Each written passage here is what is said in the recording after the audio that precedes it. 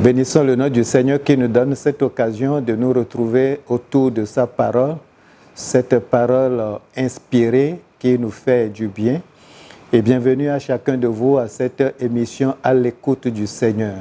Quand nous écoutons la voix de Dieu, nous avons l'inspiration qu'il faut pour opérer dans tous les domaines. Que le nom de Dieu soit glorifié. Nous avons entamé un thème très important intitulé « Ce qui est écrit est écrit ». Ce qui est écrit, c'est-à-dire que Dieu a écrit quelque chose pour notre vie, pour notre destinée.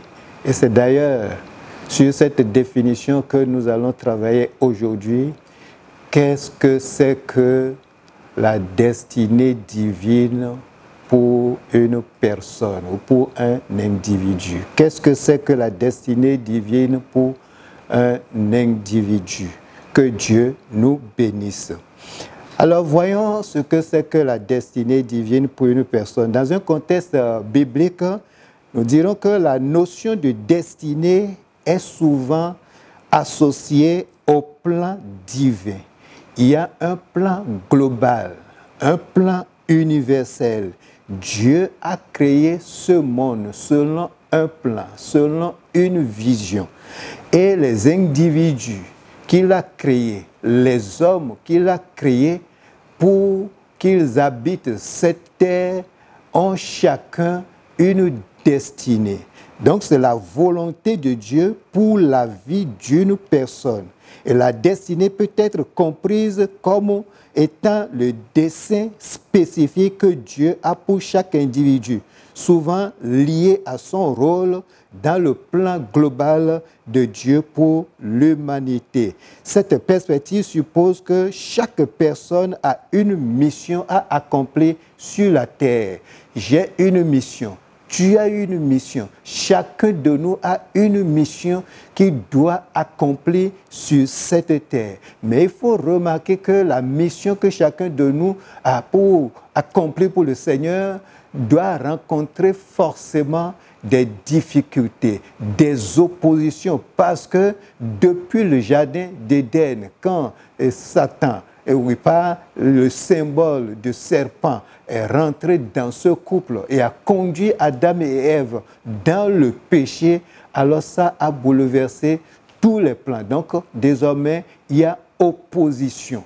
Satan ne veut jamais que nous accomplissions la volonté de Dieu, que le plan de Dieu pour nous s'accomplisse. Et il va utiliser tous les moyens possibles, y compris des hommes comme nous, des individus comme nous, des personnes, pour entraver le plan de Dieu dans notre vie. D'où nous devons connaître ce que Dieu a destiné pour nous et nous battre pour l'accomplissement de cette destinée. Dans la Bible, nous avons cette notion de destinée. Nous allons lire dans Genèse chapitre 24, Genèse chapitre 24, les versets 12 et 13.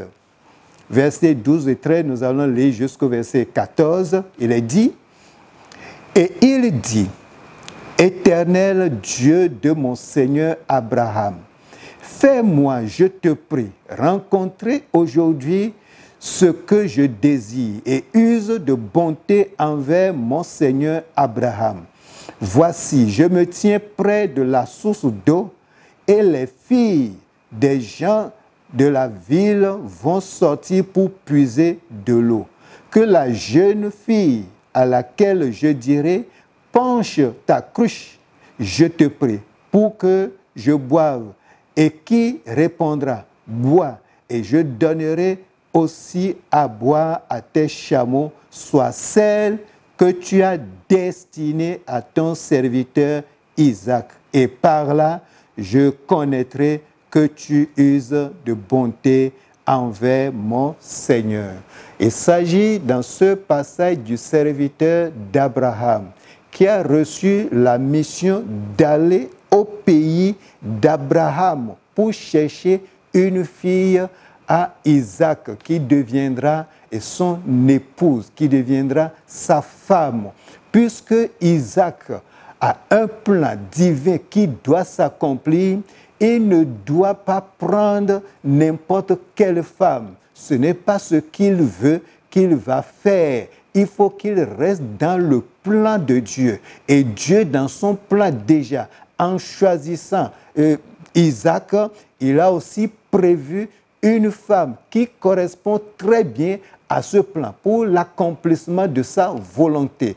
Alors, le serviteur d'Abraham, ayant cette inspiration, puisqu'il s'approche du lieu que son maître Abraham lui a indiqué, alors il a posé une condition. Il a demandé un signe pour connaître cette fille-là qui est destinée pour l'enfant de son maître, c'est-à-dire Isaac.